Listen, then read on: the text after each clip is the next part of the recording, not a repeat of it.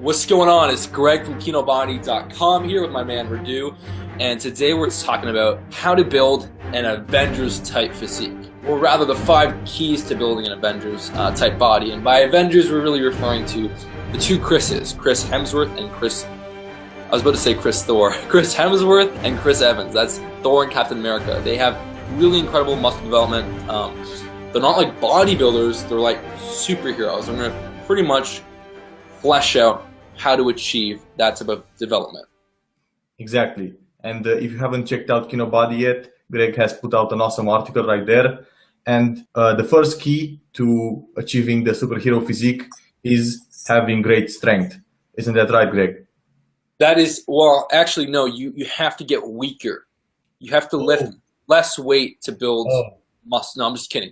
If we're gradually having to lift heavier and heavier weight over time, our body's going to respond by getting bigger. And I mean, you can't even argue at that point. It's just the fact of the matter. Progressive overload is the #1 driver of muscle growth. Unfortunately, though, most workouts really suck at getting you stronger.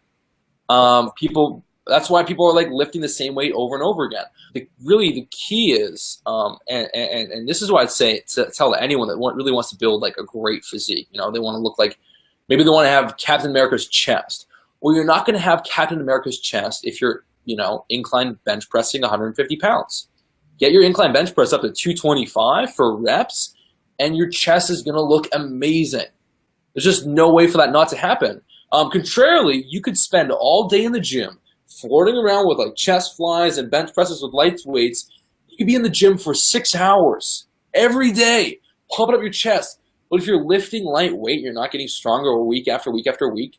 Why would your body have to grow? Why would your chest have to get bigger? It doesn't make any sense.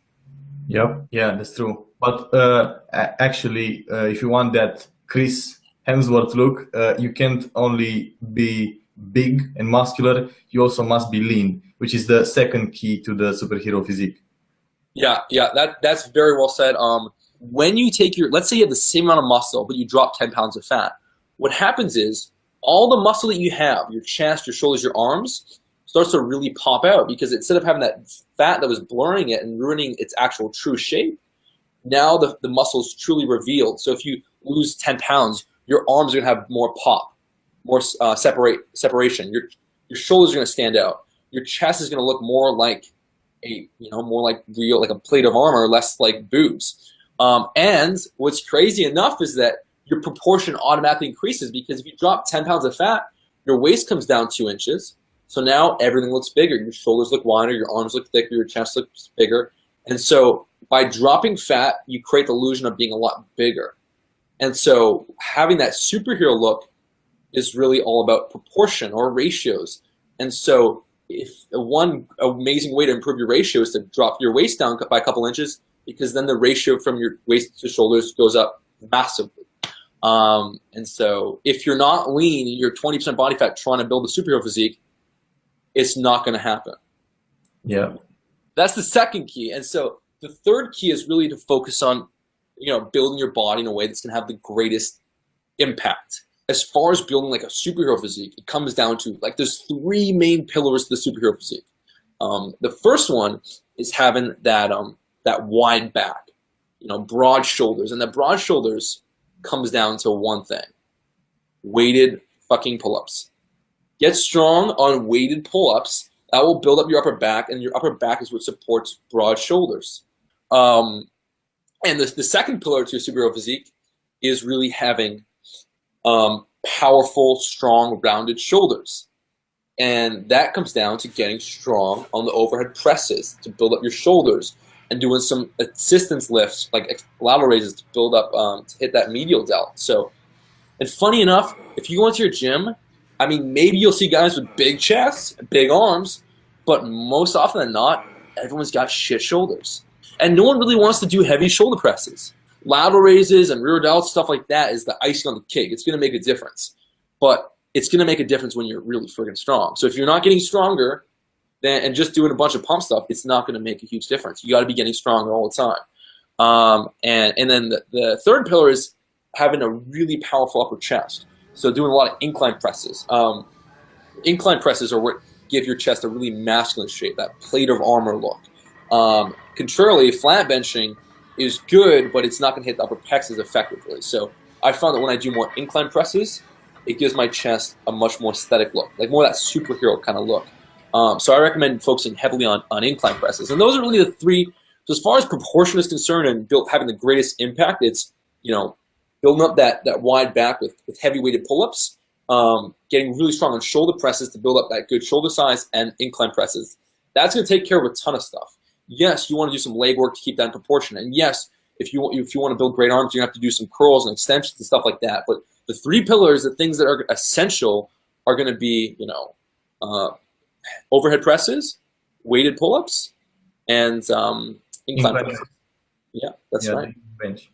And the fourth key is working 2 muscle groups at a time, right? Yeah. So yeah, the fourth key is really prioritizing 2 muscle groups you really want to accelerate their growth in. One of the mistakes that people make is they try and specialize everything. They're doing 5 exercises for everything, 5 sets.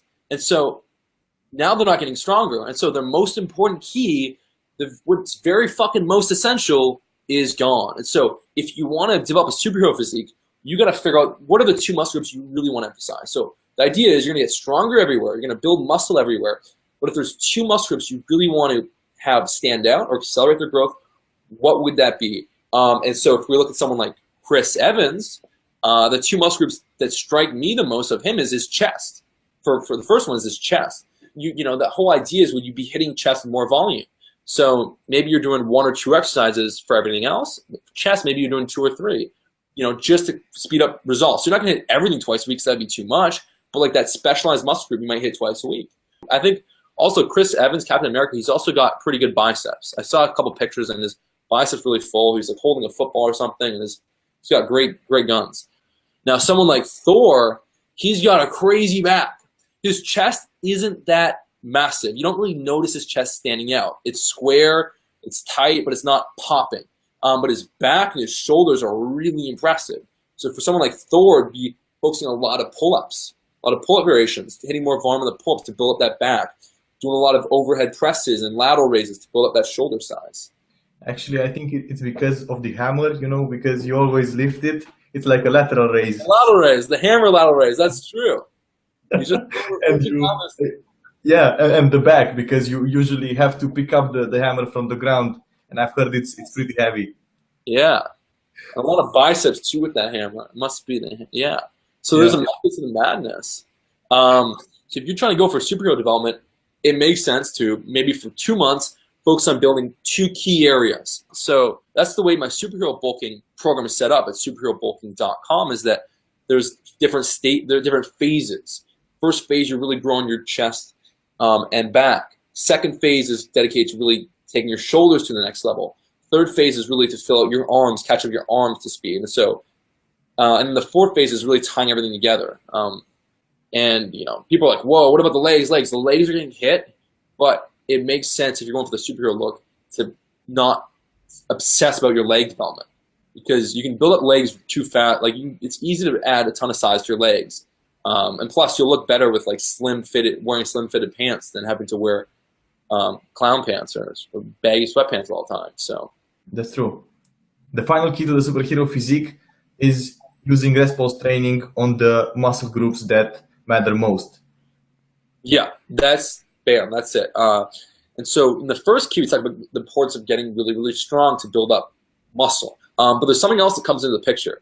If you really want to get that extra 20% of muscle growth, that extra that icing on top of the cake, then you want to do something known as rest pause training. It's going to help build that sarcoplasmic hypertrophy, give your muscles a fuller look. And so the way rest pause training goes down is you're going to use a lighter weight. And so lightweight training isn't that great for muscle growth for the reasons that your body doesn't use that many muscle fibers.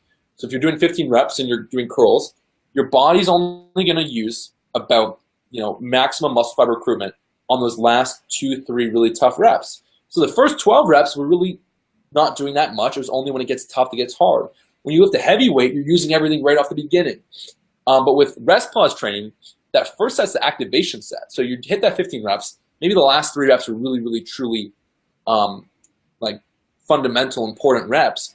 but then you're only going to rest 10 to 20 seconds. And so when you only rest 10 to 20 seconds, you're going to pick out the same weight that you did 15 reps with. You might only get 5, but now each single rep counts to the highest degree because you're getting maximum muscle fiber recruitment. Your body stayed in that state.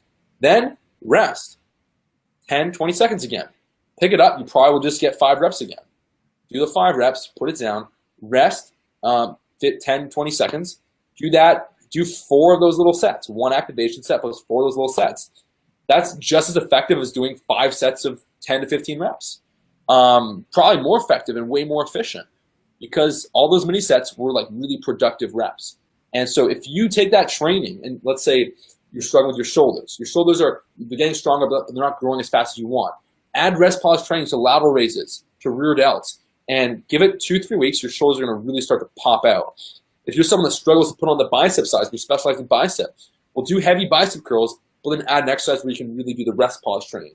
Get that high rep set, rest, then mini sets, and your biceps will really grow. That's one thing that really helps with stubborn muscle groups. Yeah, I tried it on lateral raises. I was blown away by the pump that I got after the workout.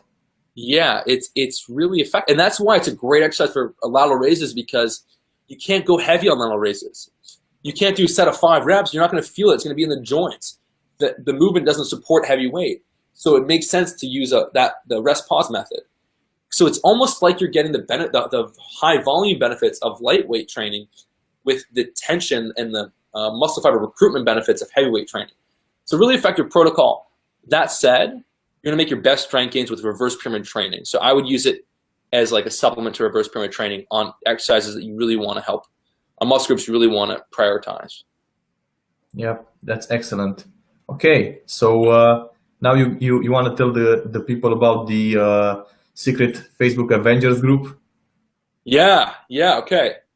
All right, guys, I hope you find those 5 keys really effective. Because of the Avengers movie launch that's pretty much right around the corner, or that basically just happened, I decided to basically make my superhero bulking program, discount it down to from 77 to 47. And I'm starting like a secret Avengers Facebook group. It's called Project Hollywood Physique. And that's basically where everyone that is in my superhero bulking program is going to get an exclusive invite to the Facebook group. And that's where I'll be sharing some tips and some videos, and I'll be answering people's questions. And then people will just support each other. And we get like this, it's almost like having your little exclusive Avengers party or little exclusive Avengers group to get jacked with you. Because these guys will share their meals, how they're staying lean, and basically answer your questions and help you out. So it's going to be really kick-ass. If you guys want to join that, then go to superherobulking.com. And you can pick up my course in the download area, which has all the different bonuses and the main guide and workouts. There will be an exclusive invite for the Project Hollywood Physique Facebook group. Okay, thank you guys for watching. Now, if you want to build the superhero physique, you should definitely go check out Greg's superhero bulking program. All right, guys. Thanks so much. Talk soon.